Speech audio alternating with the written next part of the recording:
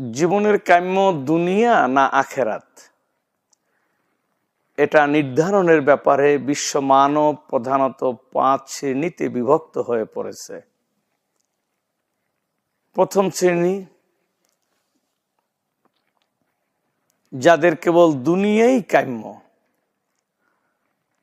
তারা আখেরাতকে বিশ্বাস করে না, এমনকি ইসলামের খেলাফ করতেও কুণ্ঠাবোধ করে না। দ্বিতীয় শ্রেণী, যারা বাহ্যত পরকালকে অবিশ্বাস করে না সত্ত্বেও কিন্তু দুনিয়াকে অগ্রগণ্য মনে করে, এমনকি দুনিয়ার জন্য বাড়াবাড়ি করতেও কুণ্ঠাবোধ করে না।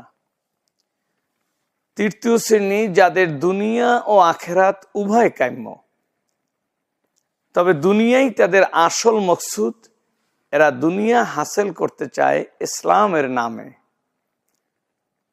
চতুর্থ শ্রেণী, যাদের কেবল আখেরাতই কাম্য,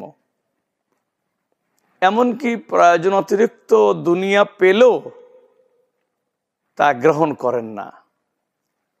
পঞ্চম শ্রেণী, যাদের আখেরাতই কাম্য, তবে দুনিয়াকেও তারা বর্জন করেন না।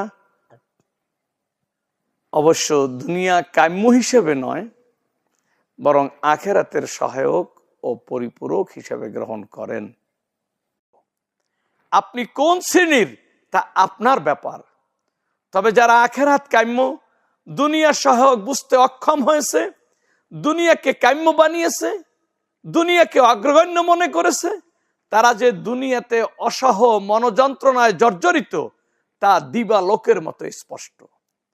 তদুপরি মরণ দিয়ে এ মানুষটি শতভাগ নিশ্চিত হয়ে যাবে জীবনের কাম্য নির্ধারণে ভুল করাটা ছিল তার জীবনের কত বড় মারাত্মক ভুল।